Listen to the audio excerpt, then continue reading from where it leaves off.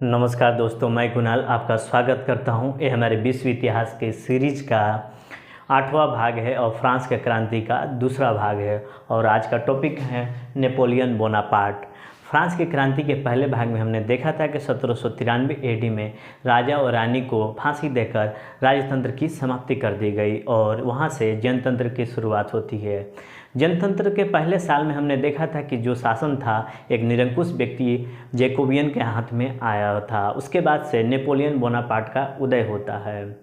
इतिहास में हम अगर नज़र दौड़ाएं तो विश्व इतिहास में और भारत के इतिहास पर नज़र दौड़ाएं तो हम देखेंगे कि पूरे 4 सेनापति होते हैं जो कि बहुत ही मशहूर होते हैं, जिसके अंतर्गत पहला अपना जूलियस सीजर आते हैं जो कि रोम के रहने वाले होते हैं। दूसरे सेनापति के रूप में हम यूनान के सिकंदर को देखते हैं तथा भारत के समुद्रगुप्त को देखते हैं। चौथे अपने हुए हैं अपने नेपोलियन बोनापार्ट, जो कि एक महान सेनापति थे जो आगे चल करके शासक भी बने। ये एक अद्भुत प्रेमी थे और ऐसा कहा जाता है कि ये युद्ध में लड़ते हुए घोड़े पर अपनी प्रेमिका को पत्र भी लिखा करते थे। इसके बाद ये एक महान सुधारक भी थे और आगे चलकर एक महान शासक भी बने। 52 वर्षों की आयु में इनकी मृत्यु हो जाती है और इन 52 वर्षों में ये अपना विश्व में अपना परचम लहराते हैं और इतिहास पुरुष की संज्ञा पाते हैं। आइए थोड़ा सा डिटेल में नेपोलियन बोनापार्ट का अध्ययन करते हैं। नेपोलियन बोनापार्ट एक महान लोकप्रिय सेनापति था जो आगे चलकर शासक भी बनता है।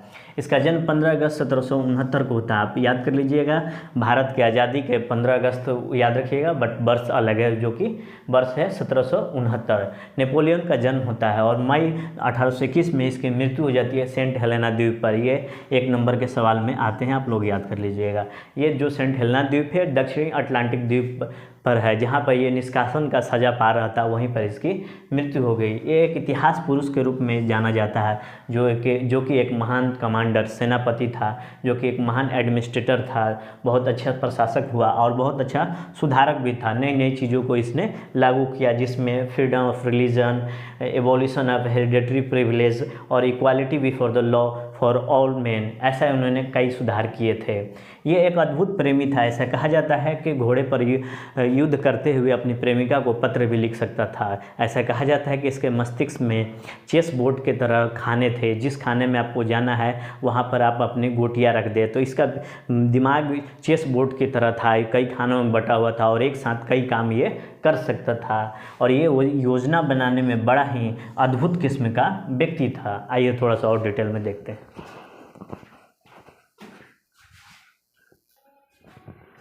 आइए अब देखते हैं कि नेपोलियन का उत्कर्ष कैसे हुआ, नेपोलियन के इमरजेंस कैसे हुआ। 1793 ईस्वी में हमने देखा था कि राजा और रानी को फांसी दे दी गई थी, मृत्यु दंड दे दी गई थी और राजतंत्र की समाप्ति हो गई थी। इसके बाद सत्ता जैकोबियन दल के पास आती है। थोड़ा सा ये आतंक की स्थिति बनता है। जैकोबियन थोड़ा सा निरंकुश शासक था, इसलिए आतंक की स्थिति बनती है, इसलिए थोड़ा परेशान भी होते हैं। इसके बाद से सत्ता नेपोलियन बोनापार्ट के हाथ में आती है। तो आइए देखते हैं कैसे कैसे वो सेनापति से शासक का सफ़र तय करता है। फ्रांस शत्रुओं से घिरा हुआ था। फ्रांस जो था चारों तरफ से शत्रुओं से घिरा हुआ था। फ्रांस में राजतंत्र समाप्त हो गया था, किंतु फ्रांस के चारों जो भी देश थे वहाँ पर राजतंत्र की स्थापना थी और वो लोग चाहते थे कि फ्रांस में फिर से राजतंत्र की स्थापना हो। इससे फ्रांस को अपदस्थ होने का डर सता रहा था, यानी कि जो लोग जनतंत्र स्थापित हुआ था वो अपदस्थ होकर राजतंत्र में कन्वर्ट होने के लिए तैयार होने खतरा मंडरा रहा था। मतलब क्या हुआ कि जो जनतंत्र स्थापित हुआ था राजा और रानी के मृत्यु के बाद से फिर से वो राजतंत्र में परिवर्तित होने का डर सताने लगा। ऐसे समय में 5 सदस्यों की समिति बनाई गई थी, यही सरकार का रूप ले लिया। ऐसे समय में 5 सदस्यों की समिति बनाई गई थी, यही सरकार का रूप ले लिया था। और क्रांति में भाग लेने वाले जो लोग थे वो जनतंत्र चाहते थे, क्योंकि वो राजतंत्र की कमियों की, नाकामियों को, निरंकुशता को वो देख चुके थे। परंतु पेरिस में अभी भी कुछ लोग राजा के भक्त थे। स्वाभाविक राजा के जो भक्त थे इन समिति के खिलाफ खड़ा हो गए और एवं विद्रोह कर दिए। इस कारण से क्या हुआ कि पूरे के पूरे फ्रांस में अव्यवस्था फैल गई एवं आतंक की स्थिति बन गई। ऐसी स्थिति में उस समय पेरिस में बहुत ज़्यादा सेना नहीं थी। ऐसी परिस्थिति में क्या हुआ कि विद्रोह को दबाना था। उस समय सेना में नीचे के स्तर पर नेपोलियन सेना में था। इस विद्रोह को दबाने को कहा गया। नेपोलियन थोड़े से सिपाहियों को लेकर तोपें दागी। इससे क्या हुआ कि पूरा का पूरा विद्रोह ही शांत हो गया। इससे नेपोलियन की पूरे फ्रांस में प्रसिद्धि बढ़ गई। एक घटना और होती है कि ऑस्ट्रिया के खिलाफ फ्रांस ने सेना की 3 टुकड़ी भेजी थी, जिसमें 2 टुकड़ियाँ उत्तर की ओर भेजी थी एवं 1 टुकड़ियाँ दक्षिणी दिशा की ओर भेजी थी। दक्षिणी दिशा से सेना का नेतृत्व नेपोलियन कर रहा था। उत्तर वाली 2 टुकड़ियों को ऑस्ट्रिया ने हरा दिया, किंतु नेपोलियन ने ऑस्ट्रिया को हरा दिया। देखिए 2 टुकड़ियाँ जो उत्तर से ऑस्ट्रिया पर हमला की थी वो हार गई, किंतु नेपोलियन ने अकेले ही ऑस्ट्रिया को हरा दिया। इसके तहत संधि हुई। उसके बाद संधि हुई और कहा गया कि इटली के बहुत से क्षेत्रों पर नेपोलियन ने अधिकार कर लिया और ऑस्ट्रिया संधि के तहत इटली के कुछ क्षेत्र फ्रांस को दे दिए गए। फ्रांस फिर से शक्तिशाली हो गया। इससे पूरे फ्रांस में नेपोलियन की प्रसिद्धि बढ़ गई।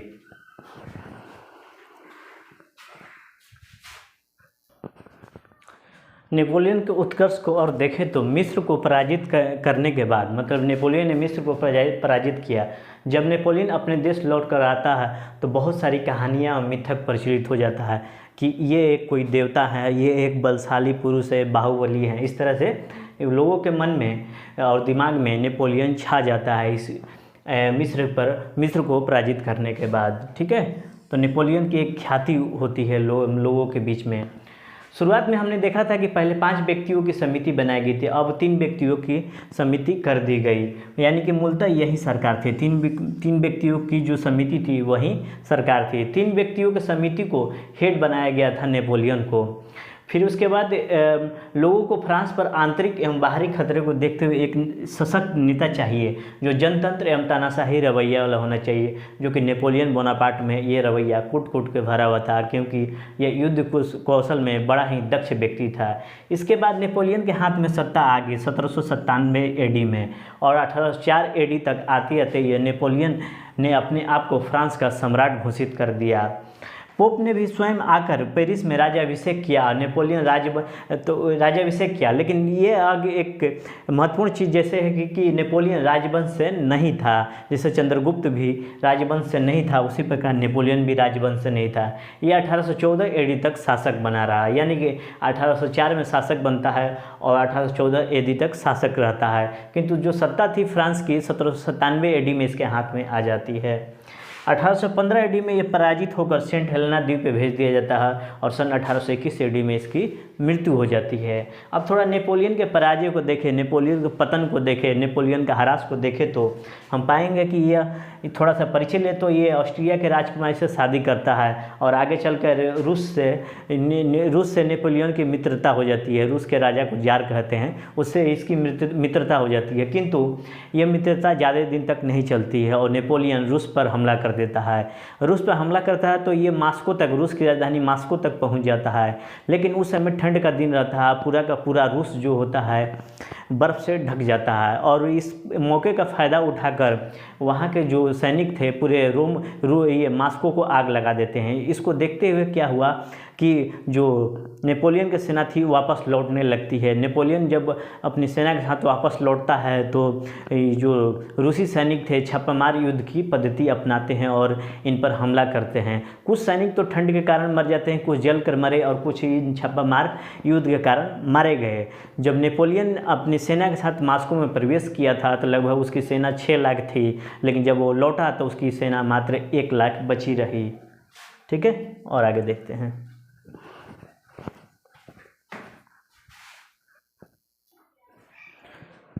इस पराजय को देखते हुए यानी कि नेपोलियन जब रूस से हारा, यानी कि रूस में इसकी हार हुई, तो इस पराजय को देखते हुए यूरोप के अन्य राष्ट्रों ने संघ बनाना शुरू कर दिया, जिसके अंतर्गत ऑस्ट्रिया, रूस और पर्शिया शामिल था। इन तीनों ने मिलकर नेपोलियन पर आक्रमण किया और नेपोलियन को हरा दिया। इस कारण क्या हुआ, नेपोलियन ने पद छोड़ दिया और इसे नेपोलियन को एल्बा द्वीप पर भेज दिया गया।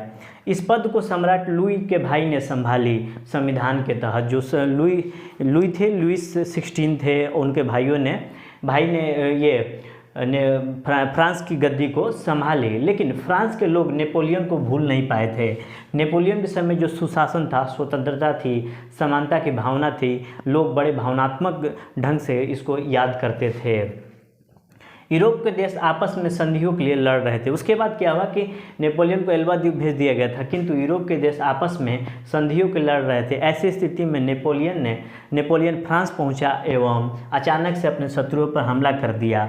दुर्भाग्यवश वाटरलू, याद कर लीजिएगा, ये इंपॉर्टेंट है, वाटरलू के युद्ध में नेपोलियन की हार हुई और उसे 1815 एडी में सेंट हेलेना द्वीप पर भेज दिया गया और ऐसी स्थिति में ये अस्तबल में रहने के लिए भी मजबूर हुआ था और 1821 एडी में यहीं पर इसकी मृत्यु हो जाती है और नेपोलियन का अंत हो जाता है। अब थोड़ा सा नेपोलियन बोनापार्ट की एक महाद्वीपीय व्यवस्था है, इसको नज़र दौड़ाते हैं, बड़ा इंपॉर्टेंट है, एक तरह से आर्थिक युद्ध है और थोड़ा सा हम लोग इससे भी सीखेंगे वर्तमान परिस्थितियों को। 1806 में ये व्यवस्था इंग्लैंड के खिलाफ लागू की गई थी। नेपोलियन की जो महाद्वीपीय व्यवस्था थी 1806 में इंग्लैंड के खिलाफ लागू की गई थी। इंग्लैंड के पास इतनी बड़ी नौसेना थी कि फ्रांस इसका मुकाबला नहीं कर सकता था।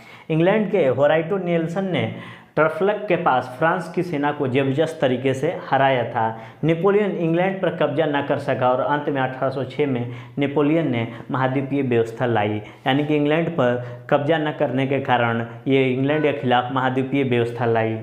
इस व्यवस्था के तहत ब्रिटिश द्वीप की नाकेबंदी कर दी गई, यानी कि उसका घेराव कर दिया गया, निगरानी कर दी गई और कहा गया कि फ्रांस एवं इसके मित्र राष्ट्र के जहाज़ इंग्लैंड नहीं भेजे जाएंगे, यानी जहाज़ों से सामान चाहे अन्य वस्तुओं को, और ब्रिटेन एवं इसके मित्र राष्ट्र फ्रांस भी नहीं आएंगे। 1808 में ये घोषणा की गई कि इंग्लैंड में बने जहाज़ को जला दिए जाए। ब्रिटेन ने भी फ्रांस पर जबरदस्त तरीक़े से प्रतिबंध लगाया। एक तरह से एक आर्थिक युद्ध शुरू हो गया जिसे ट्रेड वार कहते हैं, जो आज भी हमें दिखाई देता है। नेपोलियन की महाद्वीपीय व्यवस्था एक तरह से आर्थिक युद्ध था। इस आर्थिक युद्ध के तहत फ्रांस और ब्रिटेन एक दूसरे को नुकसान पहुंचाने का प्रयास कर रहे थे और संरक्षणवाद की नीति को बढ़ावा दे रहे थे, जो आज भी हमें ट्रेड वार के दौरान प्रोटेक्शनिज्म को देखने को मिलता है। जिसे वर्तमान विश्व में चीन एवं अमेरिका के बीच में जो ट्रेड वार हुआ वो प्रोटेक्शनिज्म का ही प्रकार था। परंतु नेपोलियन की ये व्यवस्था असफल रही। जो नेपोलियन की महाद्वीपीय व्यवस्था थी यह बिल्कुल ही असफल रही, क्योंकि नेपोलियन इस बात का अंदाज़ा नहीं लगा सका इंग्लैंड बहुत बड़ा निर्यातक नहीं आयातक देश भी है। फ्रांस के मित्र राष्ट्रों के भीतर बनी वस्तुएं भीतर ही रह जाती थी। जो फ्रांस के जो मित्र राष्ट्र थे वो इंग्लैंड नहीं भेजते थे, वो उनकी जो वस्तुएं थी वो अंदर ही रह जाती थी। फ्रांस का अनुरोध कितने दिन तक ये लोग स्वीकार करते। अपने सहयोगी देशों से लगातार ये समर्थन मांगने की ज़रूरत थी, किंतु ये कितने दिनों तक करते रहता। इसको लागू करने के लिए दक्ष नेवी पावर की ज़रूरत थी, जो फ्रांस के पास नहीं थी। इसके विपरीत इंग्लैंड के पास दक्ष नेवी पावर थी। इसका मुकाबला करना नेपोलियन के हाथ में नहीं था। इसे नेपोलियन भांप चुका था आगे चलकर। यह महाद्वीपीय व्यवस्था नेपोलियन के लिए आत्मघाती साबित हुआ, क्योंकि इसके कारण नेपोलियन अनावश्यक चीज़ों में उलझा रहा, लंबे समय तक संघर्ष करते रहा। यहीं से नेपोलियन का पतन शुरू हो जाता है। ये व्यवस्था नेपोलियन के पतन के कारण बनी, क्योंकि आना जाना बंद करने से वस्तुएं महंगी होगी। मांग तो बहुत ज़्यादा बढ़ गया लेकिन सप्लाई कम हो गया, यहाँ तक कि वस्तुएं भी उपलब्ध नहीं थी। यह फ्रांस के साथ साथ मित्र राष्ट्रों में भी हो रहा था, मानी कि फ्रांस के अंदर ये जो वस्तुओं की जो कमी हो रही थी इनके मित्र राष्ट्रों में भी हो रहा था, जैसे स्पेन, हॉलैंड और इटली। इसके अलावा देखेंगे इससे जन असंतोष पैदा हुआ और जनता नेपोलियन के विरुद्ध खड़ी हो गई।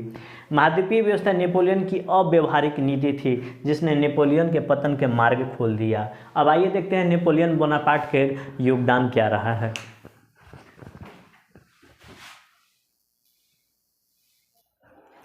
नेपोलियन को योगदान के रूप में देखें तो नेपोलियन 1804 एडी में शासक बनता है और 1815 एडी तक शासक रहता है, सम्राट बना रहता है। इन 11 सालों में इसने क्या क्या अपना योगदान दिया फ्रांस को तथा विश्व को, आइए अब नज़र दौड़ाते हैं। ये एक महान सेनापति था। जैकोबिन का शासन था, मतलब राजा रानी को फांसी देने के बाद जैकोबिन का शासन है, जो कि आतंक का पर्याय था तथा कुप्रबंधन का एक स्वरूप था। ऐसी स्थिति में नेपोलियन ने फ्रांस के समाज एवं राजनीति को, प्रशासन को व्यवस्था प्रदान की और कुव्यवस्था को दूर किया और आतंक की स्थिति को खात्मा किया। शासन कुशल हो गया, राज्य में शांति स्थापित हुई, कुप्रबंधन समाप्त हो गया, चीज़ें व्यवस्थित हो गई।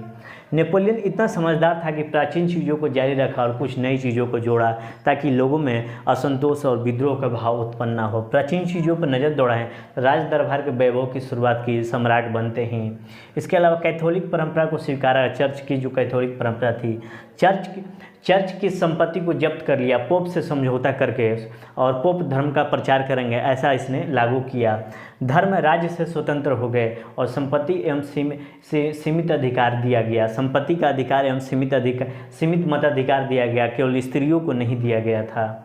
आधुनिकीकरण की व्यवस्था को हम नज़र दौड़ाएं तो सरकारी कर्मचारी अयोग्य थे, इनके लिए एक स्कूल खोला गया ताकि इनकी वहाँ पर पढ़ाई हो सके और ट्रेनिंग हो सके। यहाँ पर सभी वर्ग के लोग जा सकते थे, पढ़ सकते थे तथा सफल होने के बाद सेवा में शामिल हो सकते थे। चयनित होने के बाद, और ये चयनित होते थे, पढ़ने के बाद, सफल होने के बाद, चयनित होने के बाद प्रशासन में आ सकते थे। इससे प्रशासन कुशल हो गया। ये पहली बार ऐसा हुआ। किसानों को दासत्व से मुक्ति कर दिया गया और जागीरदारों द्वारा लगाए जा रहे कर को मुक्त कर दिया गया। जो मनमाने ढंग से कर लगाए जा रहे थे उस कर से मुक्ति कर दिया गया। नगरों में कारीगरों एवं दस्तकारों को संघ हुआ करते थे, इनको संघ बनाने की अनुमति दे दी। यातायात संचार का विकास किया। इससे फ्रांस आधुनिकीकरण के युग में प्रवेश कर गया। राज्यों के अलग अलग विभागों पर केंद्र सरकार की पकड़ मजबूत हुई। इससे सुशासन में और सुदृढ़ता आई। धातु के सिक्कों को फिर से चलाया और 1800 AD में बैंक ऑफ फ्रांस की स्थापना की। इसके अलावा इसने दशमलव प्रणाली को लागू की, एक्साइज ब्यूरो लागू की। नेपोलियन हमेशा अप्रत्यक्ष कर पर अक्सर फोकस किया करता था तथा व्यापारिक मेले और प्रदर्शनियों पर जोर दिया करता था ताकि व्यापार में वृद्धि हो सके। तो ये रहा नेपोलियन के कहानी और फ्रांस का इतिहास। ठीक है, तो ये रहा सेनापति से नेपोलियन का सम्राट बनने का सफ़र, उसके अंत और इसके हम लोगों ने योगदान को देखा। ठीक है, तो आज भर के लिए इतना ही। आपके सहयोग के लिए धन्यवाद। नमस्कार। जय हिंद।